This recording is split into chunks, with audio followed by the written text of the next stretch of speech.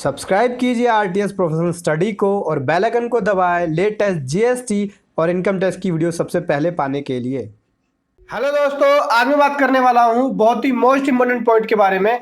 Financial year 2019-20 के लिए TDS rate chart के बारे में बात करने वाला हूं दोस्तों यहाँ पे टीडीएस थ्योरेटिकल लिमिट क्या हो, टीडीएस स्लैब रेट क्या है फाइनेंशियल ईयर 2019-20 के लिए। दोस्तों इस चीज को समझने के लिए बने रहे मेरे साथ वीडियो के एंड तक। As lot to do, as lot to discuss, but before we begin, we start pen drive and Google drive course. हाँ जी दोस्तों, आप बन सकते हैं जीएसटी प्रैक्टिशनर घर बैठे ही। तो इस नंबर पे फोन कीजिए या फिर आप इस वेबसाइट पे जाके विजिट कर सकते हैं। वेबसाइट का लिंक इस वीडियो के डिस्क्रिप्शन में है। और दोस्तों जो भाई बंधु मेरे चैनल पे फर्स्ट टाइम है, जो इस वीडियो को पहली बार देख रहे हैं, जिन्होंने अभी तक सब्सक्राइब नहीं किया, सो दोस्तों सब्सक्राइब कर लीजिए, क्योंकि जैसे ही आप सब्सक्राइब कर लेते हैं आपके पास टीडीएस से रिलेटेड, इनकम टैक्स से रिलेटेड, जीएसटी से रिलेटेड सारी अपडेट्स मिलती रहती है। तो सब्सक्राइब करना ना भूलें, साथ में और लोगों को भी जोड़िए दोस्तों। और दोस्तों इस टीडीएस चार्ट को डाउनलोड करने के लिए वीडियो के डिस्क्रिप्शन में इसका लिंक है, जाइए वहां से जाके इस चार्ट को डाउनलोड कीजिए। और इनकम टैक्स ने जो एक्चुअल वाला चार्ट इशू किया था, जिसके अंदर नॉन रेजिडेंट, कंपनी और अदर्स सभी जो समरी है 6 पेज का, लगभग उसे भी डाउनलोड कर सकते हैं। उसको भी मैंने वीडियो को डिस्क्रिप्शन में मैंने डाल दिया है। यहाँ मैंने एक समरी बनाया है, टीडीएस का जो रेट चार्ट है वो बनाया है, लगभग सभी सेक्शन को कवर किया है। दोस्तों स्टार्ट करते हैं। सबसे पहला यहाँ पे सेक्शन 192 पेमेंट ऑफ सैलरी। ठीक है, तो यहाँ पे थ्योरेटिकल लिमिट की बात करें तो स्लैब के हिसाब से लगता है और यहाँ पे स्लैब रेट होता है टीडीएस का। फिर अगला आता है section 192A EPF premature withdrawal. EPF मतलब पीएफ का जो पैसा है दोस्तों, जब उस समय आप विड्रॉल करते हैं तो उस समय जो आपका टीडीएस कटता है उसके हिसाब से यहाँ पे थ्योरेटिकल लिमिट है 50,000 और ये रेट है यहाँ पे टीडीएस का 10% है। अगर पैन अवेलेबल नहीं है, पैन कार्ड अवेलेबल नहीं है तो 30% होगा। उसके बाद मैं बात करूं सेक्शन 193 इंटरेस्ट ऑन सिक्योरिटी। इस केस में 10,000 है थ्योरेटिकल लिमिट और 10% है टीडीएस का रेट इंडिविजुअल्स के लिए एंड अदर्स के लिए। फिर अगला है दोस्तों सेक्शन 193 का ही है दूसरा भी, यह है इंटरेस्ट ऑन डिवेंचर। यहाँ पे थ्योरेटिकल लिमिट 5,000 है और टीडीएस का रेट इंडिविजुअल एंड एचयूएफ के लिए 10%, अदर्स के लिए 10%। फिर section 194 dividend other than listed company. जो लिस्टेड कंपनी नहीं है सेबी के अंदर, उसके अलावा जो कंपनियां हैं उसमें अगर डिविडेंड मिलता है तो यहाँ पे लिमिट कुछ भी नहीं होगी, 1 रुपए के ऊपर भी टीडीएस कटेगा यहाँ पे। इट मीन्स तो जो 10% है वो इंडिविजुअल्स के लिए है और 10% ही अदर्स के लिए है, दोनों में सेम है। फिर अगला है section 194A interest other than on securities by bank या पोस्ट ऑफिस लाइक एफडी। सो दोस्तों यहाँ पे जो इंटरेस्ट है, जब आप बैंक में पैसा जमा करते हैं या पोस्ट ऑफिस में जमा करते हैं तो उस पर जो आप इंटरेस्ट ले रहे हैं, जैसे एफडी आपने करा ली बैंक में या पोस्ट ऑफिस में करा ली, तो उसके ऊपर जो आप इनकम अर्न कर रहे हैं तो उसमें जो थ्योरेटिकल लिमिट होगी यहाँ पे 40,000 है। 40,000 की थ्योरेटिकल लिमिट के हिसाब से यहाँ पे टीडीएस कटेगा। तो यहाँ पे जो लिमिट है 40,000 और टीडीएस का रेट है 10% इंडिविजुअल एंड एचयूएफ के लिए एंड 10% अदर्स के लिए। अगला मैं बात करूं सेक्शन 194A, ये भी बिल्कुल सेम है लेकिन ये है केवल सीनियर सिटीजन के लिए।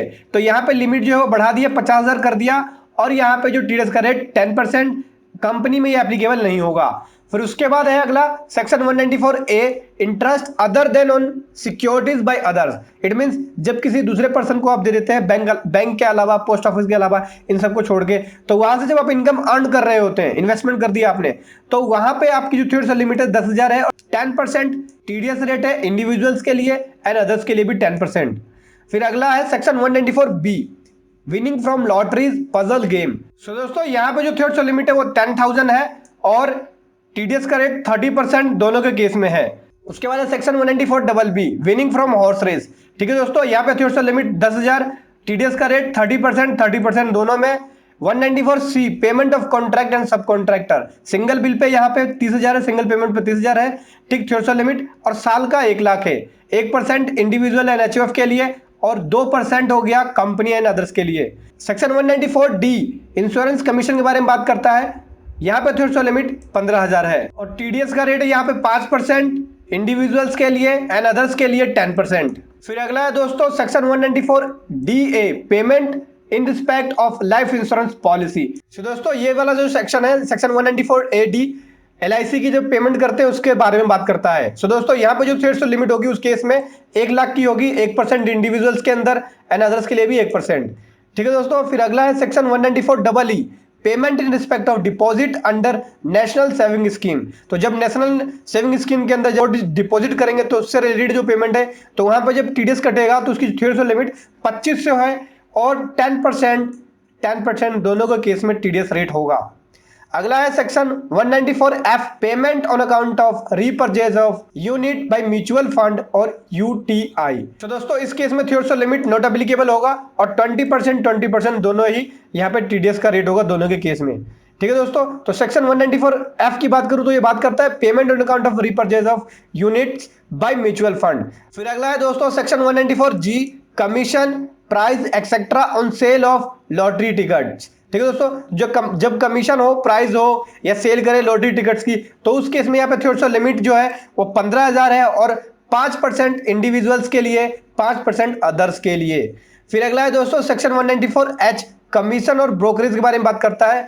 यहाँ भी थ्योरेटिकल लिमिट 15,000 है, टीडीएस का रेट 5% दोनों में है। फिर अगला है दोस्तों section 194I rent of land, building और फर्नीचर। तो जब हम रेंट की बात करते हैं, चाहे बिल्डिंग हो, फर्नीचर हो या लैंड हो, तो उस केस में थ्योरेटिकल लिमिट जो है वो बढ़ा दिया, यहाँ पे 2,40,000 कर दिया इंडिविजुअल्स के लिए और अदर्स के लिए। दोनों का जो रेट है टीडीएस का सेम है 10%।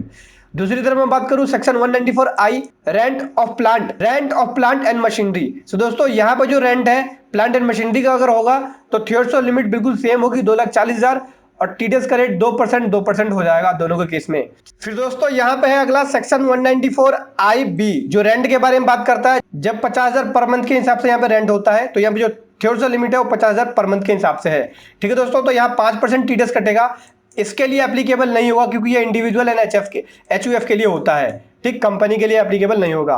फिर सेक्शन 194I है transfer of immovable property other than agriculture land. ठीक है, तो इस केस में थ्योरेटिकल लिमिट 50 लाख, 1% टीडीएस दोनों के केस में। अगला है 194J फीस फॉर प्रोफेशनल और टेक्निकल सर्विसेज। ठीक है दोस्तों, तो इस केस में जो थ्योरेटिकल लिमिट होगा वो 30,000 हो जाएगा और 10% इंडिविजुअल्स के अंदर और अदर्स के अंदर भी 10%, तो दोनों के केस में 10% हो जाएगा यहाँ पे। ठीक है दोस्तों, तो समझ गए दोस्तों टीडीएस रेट चार्ट के बारे में। मन में जो भी क्वेश्चन हो तो कमेंट बॉक्स में लिखें और हमारे चैनल को सब्सक्राइब करना ना भूलें। इस वीडियो को लाइक कर दीजिए दोस्तों, क्योंकि जितना ज्यादा आप लाइक करते हैं मुझे खुशी मिलती है और मैं इस तरह की वीडियो आपके सामने लाता हूं। तो लाइक कीजिए, शेयर कीजिए। Thank you so much. जय हिंद, वंदे मातरम।